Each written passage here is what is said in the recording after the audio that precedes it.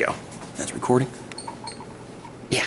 That way you're not watching. The first day's a little weird because it's like a 45-minute block of video, but hopefully they're no more than like 10, 15 minutes long in class. That way you're not inundated with, but anyway, the remainder of this, I'll have this posted for you guys off the schedule page. You don't have to write this stuff down. I'm not going to test you on what the remainder of the day is. I put this stuff together to kind of help you think statistically, or start to think statistically, because it is different than thinking mathematically. Related, but not the same. So one of the most important things as an American that we can learn to do, or as a human being processing news, is learning how to fact check. This is one of my pet peeves, people that can't fact check. I've left this one up. It's a fairly old report now. It happened back in 2006, so we're getting on in years. But it happens all the time.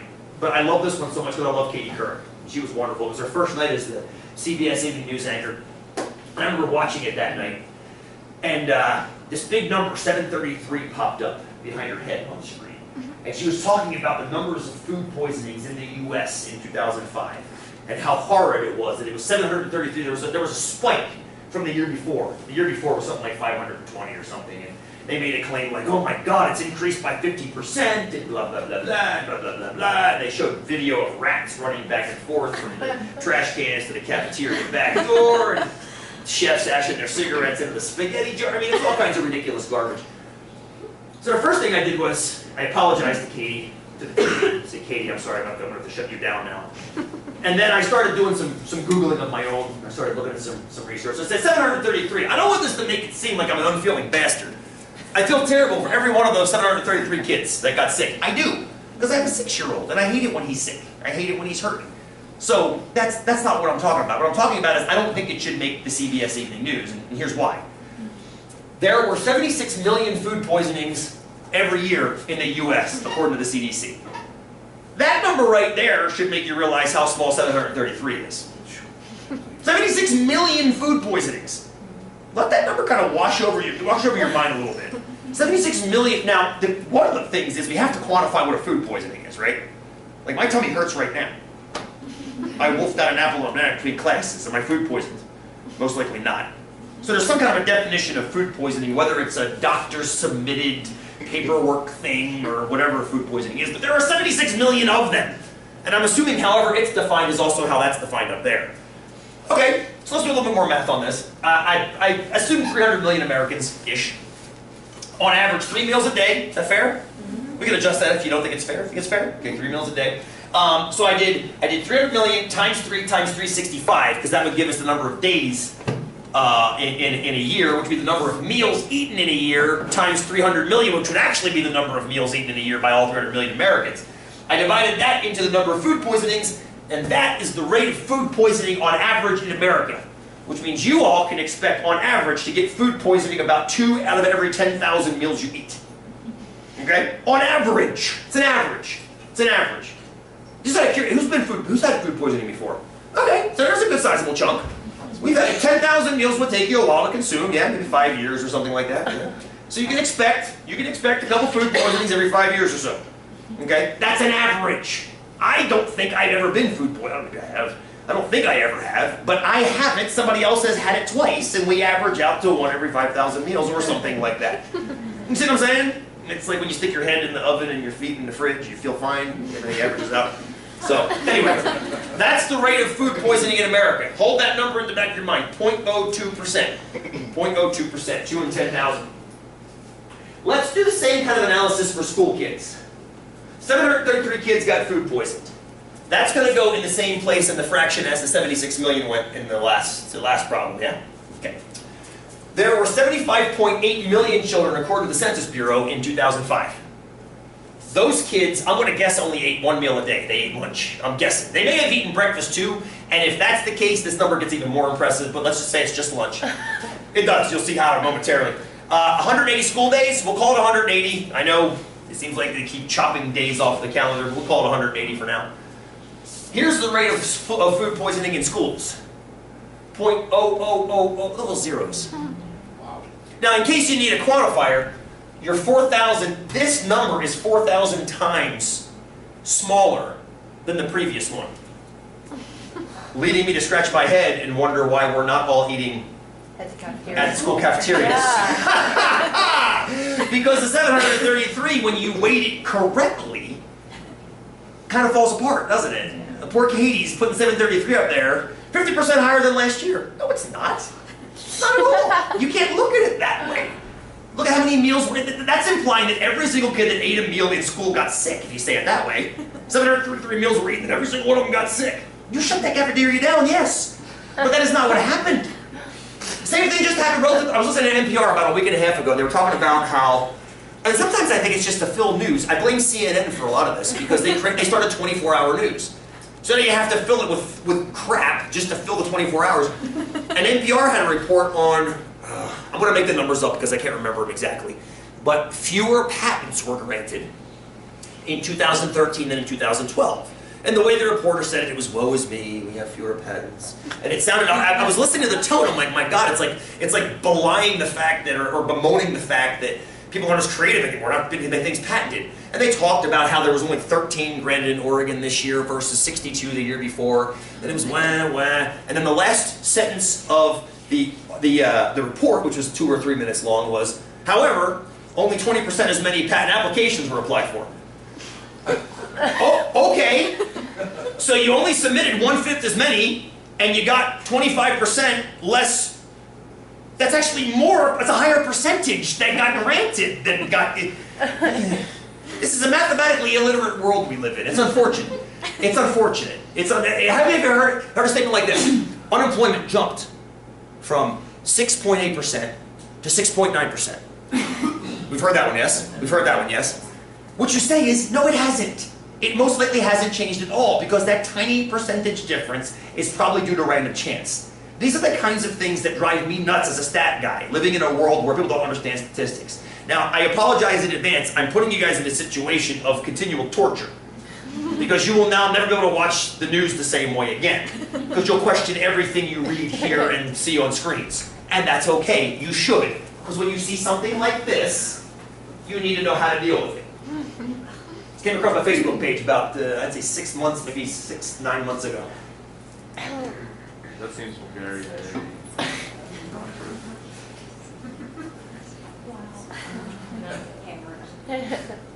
Out of the hammer. The automatic weapon.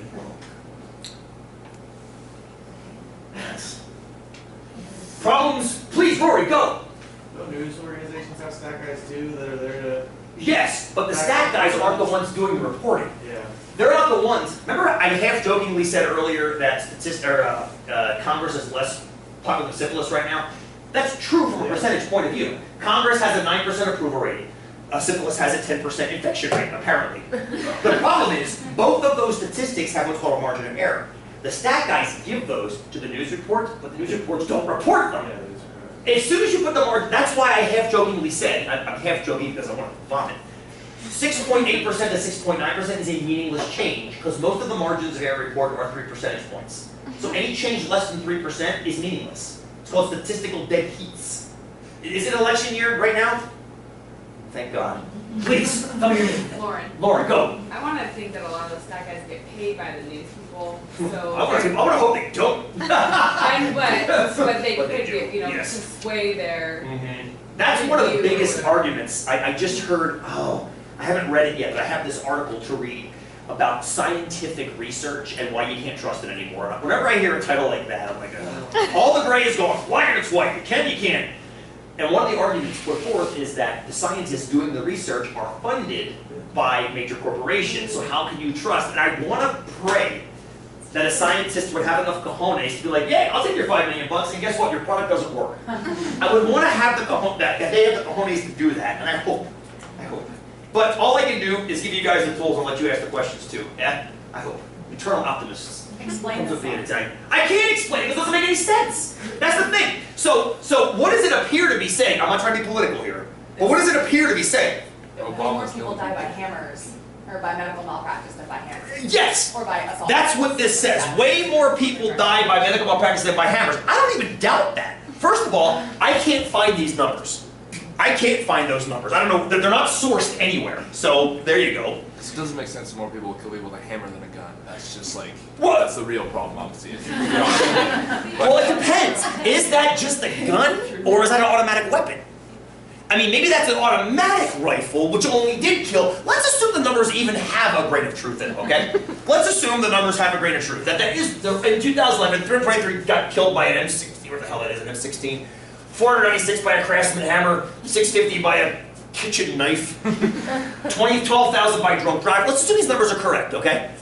The implication, as Serenity I think has pointed out, is that this is trying to say you're worse off going to see a doctor than whatever that's implying up there. The problem I see is, first of all, define medical malpractice. What are those 195,000 cases? Were they truly medical malpractice settled in court? Or was it my doctor gave me the wrong pills, blah, blah, blah? Well, let's assume it is. Here's the deal. Suppose 195,000 were killed by medical malpractice. How many millions were helped by the medical profession? Form the ratio like I did before, yeah? Now, suppose 323 were killed by semi-automatic weapons. How many were helped by semi-automatic weapons? I mean, maybe if you have them like on your kitchen table, and a crook breaks into your house and he sees it, he's like, oh, I'm out of here. Maybe. But I'm imagining the ratio of those killed to those helped is much, much, much higher up here than it is down here. So yeah, this number's bigger than that number, but the ratio of death, so to speak, is going to be infinitely lower down here. And this 600 times doesn't even make any sense. Obviously, it's political because people don't like Obamacare. It wasn't even applicable in 2011 anyway. I don't even know what the piston was about in 2011, 2012. But this is the thing. This comes across the Facebook page. Here's another one. I don't have this one linked, but I can find it real quick. Hang on. This one came across more recently. Let me Google it, right? Democratic gun violence. Spelled incorrectly. There it is. There you go.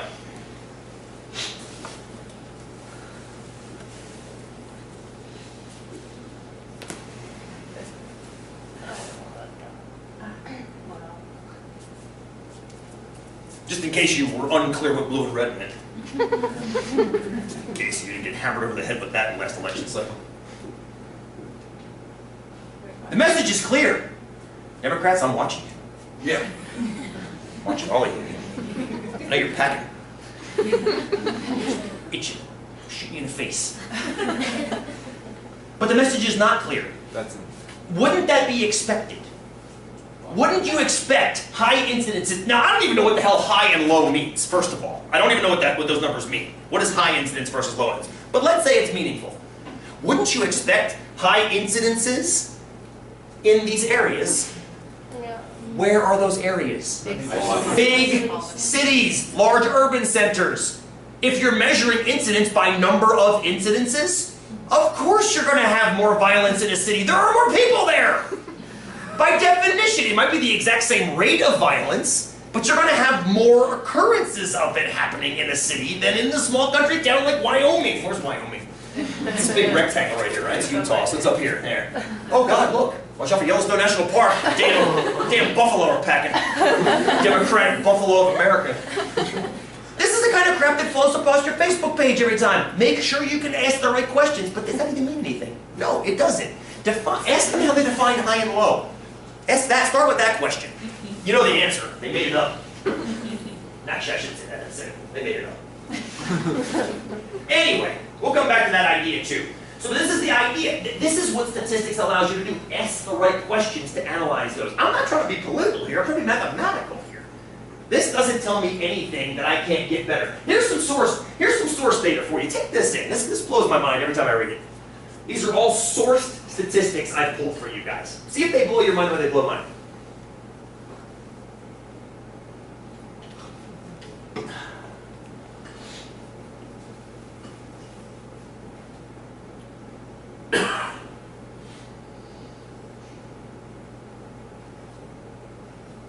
The sources come from the bottom here. Which one of those hits you in the gut the hardest? Species.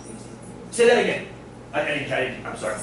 There's to be 100 species every day. Now, some of those are like mold spores. It's like, you might have killed one right. You might have caused the extinction sitting down in your chair after a break. But yes, that is about a species gone forever, forever. Crazy. The national stat will have grown by $100,000. I By the time you finish reading that sentence, we're going to come back to this one. I've updated it since 2011 in the next series we'll look at on Thursday. Tell me your name again, too. Jacob. Jacob, thank you. Yeah. What would you do with $100,000 earned in 6 seconds? I know the government has to make money. I get that. They have to do things like waste that money. But I understand that, but you also have to ask the questions about where it's going. And it's good to understand statistics to be able to ask those questions. Even not on a governmental, but on a local level.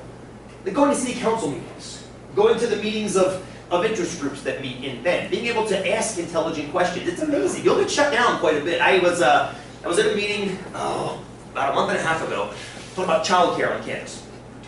And why we don't do it. We're the only community college that has no mention of anything childcare anywhere. Not just having a childcare center, but no mention of childcare at all. And there was a task force put together that figured out how much it would cost to run a childcare on campus.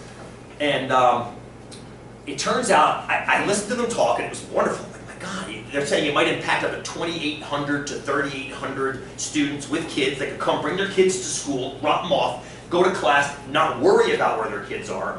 And I'm thinking, my God, this is student success through the roof, yeah? This is amazing, this is amazing. I'm like, how much is it going to cost? And they kind of hemmed and hawed. I'm like, tell me how much it's going to cost. And they said about $100,000 for the first year. I'm like, $100,000? That's 1/10 of the annual 1/100th of the annual operating budget of this school. Let's buy it. And as soon as I mentioned the number, looks just went blank. I was like, it's 1/100th of the annual operating budget. You're paying 100 times that much on the dorms that you're talking about going in that are going to serve no more than 300 kids. Blank. I'm like, can you hear what I'm saying? And then somebody said something like, oh, well, there's 100 other programs that could be spent for $100,000 could be spent on. I'm like, name them. And that's the thing. Nobody seems to do statistics except me and now you guys. But this is the important thing. Keep rattling the cage. The discussion came up in E-Team again. That's how I knew I got to them. Because it went to the next level. Keep rattling the cage. Keep bringing the figures. You have to source your figures. You have to source them. You can't pull this crap out of your butt. But if you can source them and you can analyze it mathematically and statistically, you've got a point. It's important. It's important. 1 billion people watched the World Cup final in '06. Think about that for just a moment. 1 billion people on Earth watching the same television show, and it just happens to be a soccer match. 1 billion people saw Zidane headbutt the dude from Italy that cut off his mother. Remember that? You still remember it! You still remember it! I can't remember one damn Super Bowl commercial because I never watched the Super Bowl, but I remember that, and I will remember it forever. There was a video clip of a tribe in Africa sitting around a car battery powering a black and white television watching that match. Amazing. That's 1 in 6 people on Earth. 1 in 7 people on Earth watching the same sporting event. It's ridiculous. These are staggering numbers, I think, personally. Anyway, let's move on before I get too excited. Too late. Here's something that impacted you guys not that long ago. Read that for a moment.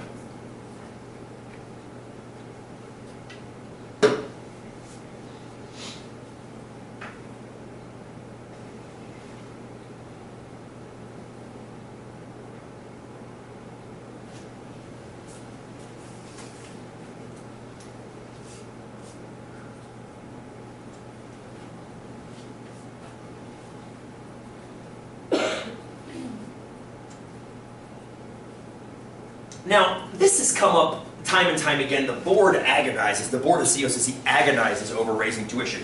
And you can tell, we're one of the most, we might be the most affordable community college in the state of Oregon of the 17. It's phenomenal how low our tuitions are. But whenever they go up, I think it's because we're so affordable already, when you raise it $4, that's a large percentage of it's a larger percentage here than it would be, say, a PCC. Because $4 is a larger chunk of the overall total, so it might hurt a little more on the surface when we see that. So it makes a big deal. It makes a big deal of news. This was on the broadside about, I'm going to say this was 3 years ago, and it's gone up, I think, once or twice since that. And I don't have any problem with this article whatsoever. $4 per credit hour. My problem was the graph that accompanied it. That is my problem with the article. And the Broadside got an email from me as soon as I saw this. And I love the Broadside. I adore the Broadside. It's the best student paper I've ever seen anywhere. I come from the East Coast. I had plenty of them around. They all sucked. The Broadside is amazing. What's my problem with this?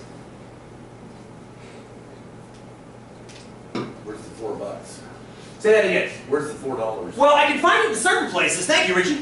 So if we're taking 8 credits, if we're going to have a jump of $4 per credit, that's $32 extra dollars. So if it was 528 before, I guess 528 divided by 8 would tell us how much it was per credit. But $32 more than that would be 560.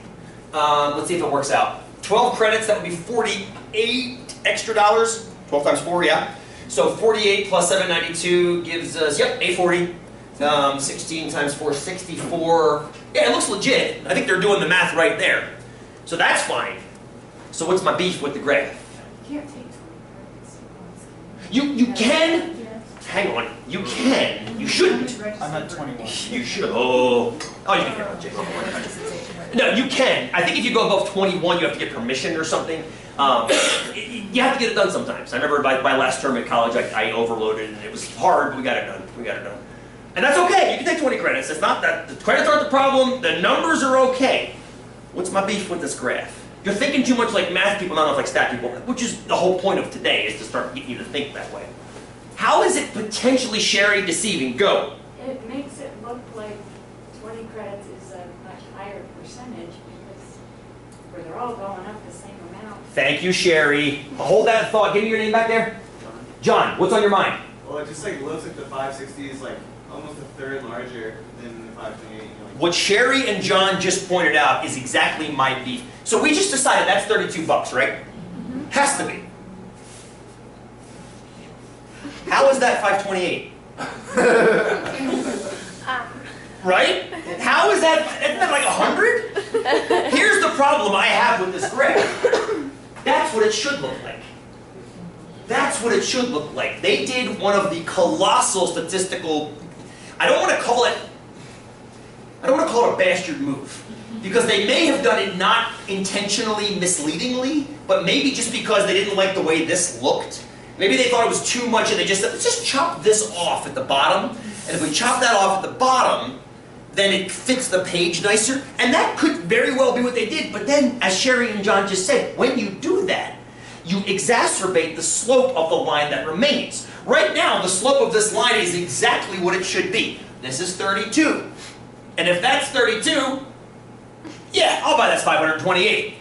But the problem is, if you remove 500 or 400 of these, the slope is no longer 32 over 500. The slope is now 32 over like 100 or something like that, which makes it look a lot steeper than it actually is. That is proportional. The previous one is not. Now, again, I'm not reading into it and saying the broadside was trying to be misleading, but it does serve the purpose of shock value. Oh my God, I'm going to bankrupt myself going to school. It makes you think that way, because it looks more extreme than it actually is. So yeah, Sherry and John, I'm with you on that one. That's the first thing I and this happens all the time in the news. Pay attention to this. The easiest way to check, look at the horizontal axis, the vertical axis, and make sure it goes to 0. If it doesn't go to 0, they've truncated it, and it's potentially misleading if that doesn't happen. Just keep that in the back of your mind. You'll see it again and again and again as you live as an American. Here's some other interesting stuff to think about. We mentioned one of these before. You guys actually brought one up. There's an idea, this is called correlation, and one called causation. They are sometimes related and sometimes not related. Here's one way to view it. It's a very, very simple example. Read that fact.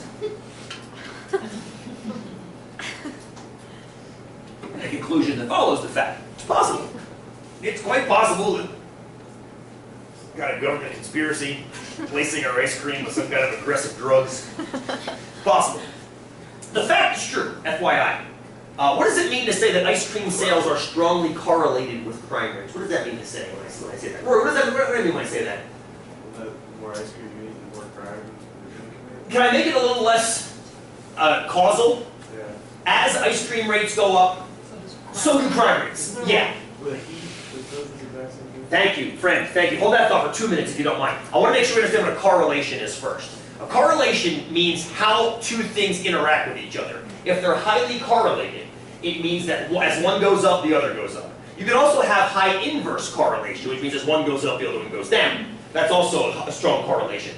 What this tells us is, as ice cream rates go up, so do crime rates. And that is a correct way of saying that, because that doesn't say that one is causing the other. right? It doesn't say that one is causing the other. However, this does say that one causes the other. So this is a strict correlation, and this is a causation with the correlation. Now, this might be true. It's probably not. Because what Corey just did was he found another variable that might be at work for both of those things. What other variable might drive up both ice cream sales and crime? Heat. Why would heat? Well, we know why heat drives up ice cream sales, because it tastes great when it's hot. Okay, they're done. Why would heat drive up crime? Kids are on school. Maybe people are irritable. Maybe that's good. I like that. I like that. Irritable people, good. Everyone's asking. What if we're in Bend where nobody's ever upset, except for me when I read the news? Everybody's happy in Bend. Why would crime go up in Bend in the summer? We're all outside. Because we're all outside interacting with each other. Sometimes I forget to close my front door and the windows are open because it's nice, because it gets to be like, what, like 26 degrees at night here, except right now when it's like 80 degrees at night. But you leave the windows open, it's easier to just, yeah, that's the kind of thing. There's more opportunity maybe when it's warm because of environmental factors. So it's not that the ice cream is causing the crime, they're happening together. But there might be some other variable. For example, the temperature, the heat, the seasons. I bet it's cyclical, kind of like this. Right? When it's negative 20 out like it was in December, who's committing crime? We're staying home and warming our toes up. Cool? Alright, here's another one for you. Not quite as obvious. Not quite as obvious on this one.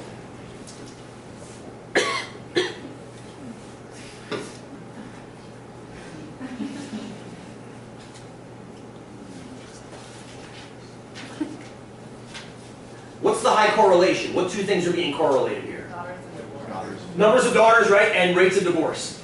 So there apparently is, and this is interesting to me, as your numbers of daughters on the x-axis, so to speak, rises, so does the divorce rate paired with families with that number of daughters. Exactly. I'm getting some weird looks like, what the hell? This is weird. Now, some of you are going to say, I'm in a family with 7 daughters and my parents are just fine, thank you, and I'm not discounting that. I'm saying this is on average. This has been studied over thousands of families, and this is showed up. So what the hell? There are more girls than boys. If you have girls, But how could that tie in? Serenity just said something very important, I think. There are more girls than boys. That might be true. I keep hearing that, but I can't find sourcing on that anywhere. But I'm going to assume I can't disprove it, so what the hell? Maybe there are more girls than boys. How does that tie into this? Because if there are more people getting divorced in general. So if there are more. Are there? yeah. Are there? I'm just asking, are there? Yes, from like 50 years ago, let's say. Oh, There were interesting. more- Okay, the rate of okay, divorce okay. keeps on rising over the years. So you're saying by nature of the fact that, okay. But why would it be that the families that have the girls have higher divorce rates? because they're There's stressful. more of them. Girls are harder to. But that wouldn't necessarily drive the rate up. That would drive the number up, not the divorce rate up. Oh, okay. You see what I'm getting at? Yeah. I like what you're saying. Yeah. But if there are more of them, you'd also have to have a proportional number of more of them ending in divorce too. Right. Why? Tell me your name again. Rebecca. Rebecca, go. Women have hormonal cycles that Okay. just, you know. End in divorce. As more women come Babe. together, Okay. as more women come together, more emotions and things tie in. and Oh, so interesting. It could be more of like a more stress. Oh. It could be like a, yes, Okay. like a psychological thing. So tying that in with Serenity's more girls on average, I had not thought of that. This is good. Put them together. I like that. Tell me your name over there. You had your hand up too, didn't you? Maya? No, mine. Yes, yours. Danielle. Danielle, you had something to say too. Go. Just that I think, because I have girls and a boy, Uh-huh. and girls are definitely more difficult to deal with. Gotcha. I've heard both sides of the coin on that one. I've heard that boys are harder earlier and get easier later, and that girls are easier earlier and get harder later. I mean, I've heard every possible opinion. I got a 6-year-old. He's a lot of work. Period.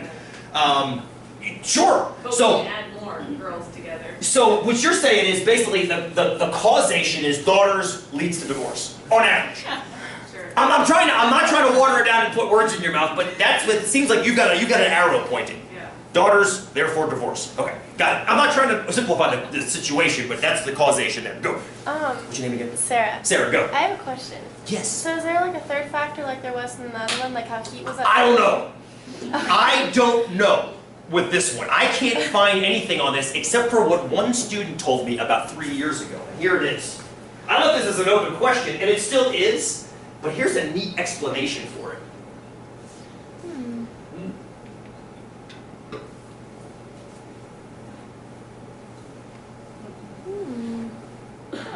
And apparently things like ungulates and rabbits do this.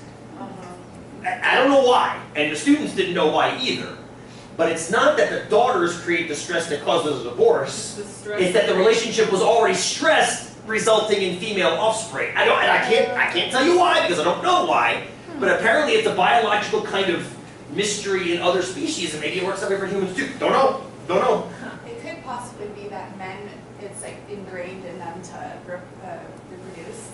And so if it's only female, that they're only producing females, a man might psychologically feel that he needs to Any of these are legit. divorce and have male. Any of these are legit, right? But that would also update the stress. Yeah. And that's kind of creating stress. It's extraordinarily interesting, and that's why statistics sometimes raises more questions than it answers. Now I don't know why this happens. So I leave it to you guys, my biologically inclined folks, to go find out. Cool? I'm going to leave you with one thing to think about. The word random. All of what we've talked about today has to do with randomness. I mentioned that some students were like, no, I come from a family of 7 daughters and my parents have been married for 62 years and blah, blah, blah. It's fine. It's fine. I'm talking about by drawing a random sample, I've discovered a result. That happens on average across. And the idea of a random sample is tricky. So what I want you guys to do is I want you to try to see how random you can be. Here's 2 images. Here's 2 images. In each of them, I devoted a 1x1, it looks rectangular because it's skewed a little bit, 1x1 bullseye, if you will, and I threw 30 random darts. The only obligation the darts had was to get into the rectangle. In one of them, I actually did throw 30 random darts, and in the other one, I made it look like I threw 30 random darts. If you had to pick, now don't shout this out loud, I wanted you to think about this. Which one of those represents the truly random throw of 30 darts? And which one of those represents the one that looks kind of like me making it try to look random? So let's just look at it for a couple seconds. Random, random. And either of these could definitely be random. Either of them could definitely be random. But one of them is more likely random. Let's hear some ideas. Which one is more likely random? Tell me your name back again. Austin. Austin, go. The bottom one. The bottom one. Who agrees with Austin? The bottom one is more random? Who says the top is more random? Excellent. Why? Well, so many think the bottom is random. Why, Austin? Because as you're throwing at a board, you pick up spots on it, and if a dart's already there, you pick up that dart. But that's not random. Unless you pulled, as you threw it, pulled one out, and knew where you already threw it, then it could be completely random. Very nice. Or you're blindfolded or whatever. Sure, but I'm essentially blindfold throwing the darts. Okay. Why? So you're saying if And you can have muscle memory thrown in the same. So what Austin is saying, if I randomly throw it and it ends up being this one, I'm not going to throw probably right next to that one. Again, my brain is going to be drawn to the open area of the board and fill that in. That would be the antithesis of randomness, yes? I mean, if you think about it, you're planning where the throw is going. Please, tell me your name again. Lauren. Lauren, go. I think because of your physical makeup, a lot of people tend to follow patterns whether they realize it or not. Sure. So go against from that. I agree with that wholeheartedly. I think the top one is fake just because it's not plausible that your dart throwing ability would be. Yeah. It totally could happen. The bottom one is more likely to happen because randomness, for whatever reason, doesn't even out. It clumps itself. Check this way. I got one more for you. Here's 200 flips of a coin that I did. Okay, flipped the coin 200 times and kept track of what I got. Except I'm a lying bastard. I did that once, and in the other one I tried to make it look like I did it. Can you guys tell which one of these is the fake and which one is legit? No. No. Good answer. No, I cannot. I'm sick of looking at H's and T's. Yeah. Nobody's ever said that before. It's brilliant. Check, please. Ding. What do you think? This one's definitely harder to look at than the dart one, for sure. For sure. What do you think, Sherry? I think the top one is the actual. Top's legit? Why is top legit? We talked about this one five. You have talked about longer it one five. sequences. Who else says the top one's legit, the bottom's the fake? Okay, let me hear. Who haven't I heard from today yet? Tell me your name. Claudia. Javier, why are you looking towards this one? This one's looking fake. What's wrong with this one? I think if the H's and T's are kind of more evenly spaced out. Perfect. I intentionally made there be no more than 3 H's or T's in a row in the bottom. That one is fake. The bottom one is fake. Now, some of you might go like, wait a minute, now, why would you have more than 3 H's or T's in a row if you flip a bunch of times? Well, the best answer I can give for you is a simulation that I did to simulate this exactly. Here is Excel. This is the kind of stuff you'll be doing in here with Excel. Here is Excel randomly simulating throwing coins. There's a command in Excel called rand between, which you will learn to know very, very, very well. Every time I press the F9 button, it flips 200 more coins. There. You see any runs of heads or tails? Oh my God. Yeah, look at that front one, that front run, okay? How about now? Any more runs of heads or tails?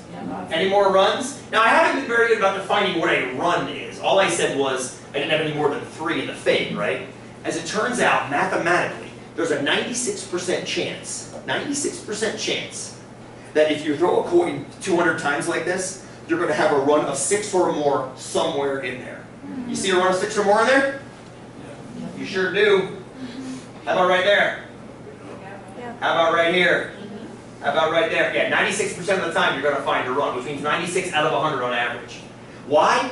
Because random is clumps. It doesn't go HT, HT, HT, HT. What it does do is it gets pretty close to 50-50 on average. You notice those are staying pretty close to 50-50, but it doesn't guarantee when you're going to get them. Now what's cool about this is it shows up in the damnedest places. Who's born in January?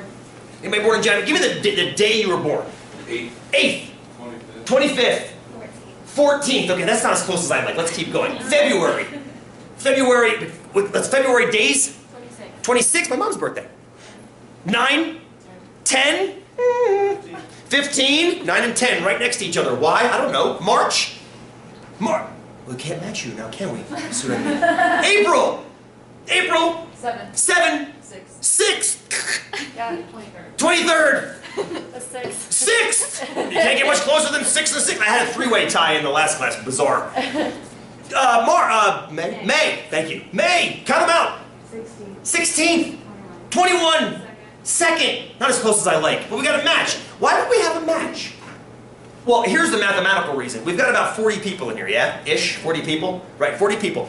There's almost a 90+% chance that somebody is going to match somebody else in the room. Which is amazing. Now, you can misunderstand that. Who's born on June 28th? Right, nobody except me. Johnny Carson, rest in peace. He's dead right now. I think he died. I know you're retired. Sorry, Johnny, if you're watching this. A guest came on his show once and tried to explain that fact to him. You've got a studio audience of hundreds of people. I think it was 200 people at the time. Now, you figure there's a pretty good chance of having somebody in the audience matching somebody else's birthday with 200 people in the room. I mean, it doesn't have to happen, does it? It doesn't have to, but it's a pretty damn good chance of it. So Johnny's like, I don't believe it. And he's like, anybody was born on, and I forget when Johnny was born, but he mentioned his birthday, and nobody in the audience was born on that birthday. He's like, see, I don't believe it. And the guest couldn't explain himself well. But he wasn't saying there's a 95% chance they're going to match your birthday. There's a 95% chance that somebody somewhere matches somebody else, just like we just did with the 6th of April. And you're sitting right next to each other. How adorable. Why? The simple reason is because it's too hard not to randomly. Birthdays essentially are randomly distributed, essentially. But they clump just like the darts, just like the coins. Pretty wild, huh? It's a hard thing to get used to. I'll force you to get used to it over the next 10 weeks. Cool? I kept you over a minute. I apologize. Get out of here. Have a great rest of your day. Let me sign some blue slips. And do a quiz for Thursday, yes? Oh, yeah. Yes, indeed.